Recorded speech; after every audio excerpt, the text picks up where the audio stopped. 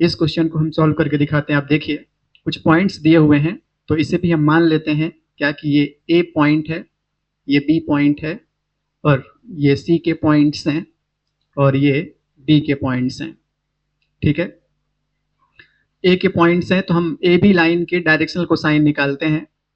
Line A B के हम directional cosine निकालते हैं, मतलब A1, B1 और C1 पता करेंगे। कैसे पता करेंगे? x2 माइनस x1 से, ये y2 माइनस y1 से, ये z2 माइनस z1 से। कहाँ से पाएंगे आप x1 y1 z1? तो ये हो गया x1 y1 z1, ये x2 y2 और z2। चलिए देखिए ध्यान से, 3 माइनस 1 कितना हो जाएगा? ये 3 माइनस 1 इक्वल टू 2। ये कितना हो जाएगा? 4 माइनस प्लस 1 मतलब 5। 4 एक माइनस जो ये वाला है, दूसरा माइनस ये, फिर उसके बाद -2 माइनस 2 इक्वल टू -4। उसके बाद दूसरी लाइन कौन सी है? C D. तो दूसरी लाइन सी डी की बात कर लेते हैं। यहाँ पर हम डायरेक्शनल कोसाइन को नाम देते हैं A2, B2 और C2। इसकी वैल्यू कैसे निकालेंगे? x2 minus x1, y2 minus y1, z2 minus z1 से। ठीक है, ये हो जाएगा x1 y1 z1, और ये हो जाएगा x2 y2 एंड z2। चलिए वैल्यू रखते हैं यहाँ पर। कितना आ जाएगा? ये 3 माइनस 0 मतलब 0।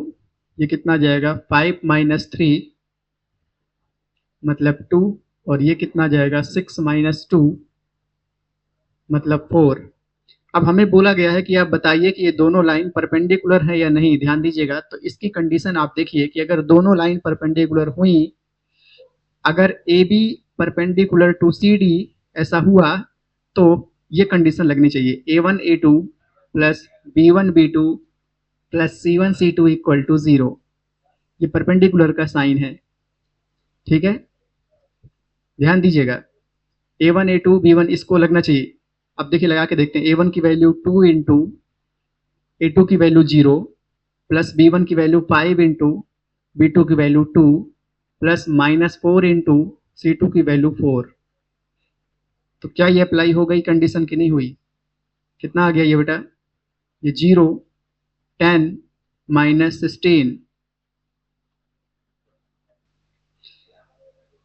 देखिए जरा ध्यान से, यहाँ पर जब हम माइनस किए हैं यहाँ पर तो गलत हो गया है, जिसकी वजह से लाइन यहाँ पर आ रहा था कि लाइन एक दूसरे के परपेंडिकुलर नहीं है, जबकि यहाँ पर क्या हो जाएगा? 3।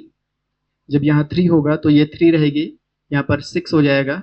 इसका मतलब 16 माइनस 16 इक्वल टू 0। ठीक है, तो 0 इक्वल टू 0 आ चुका है। इसका क्या मतलब हुआ? इसका मतलब हुआ कि ए बी लाइन परपेंडिकुलर है किसके? सी डी के।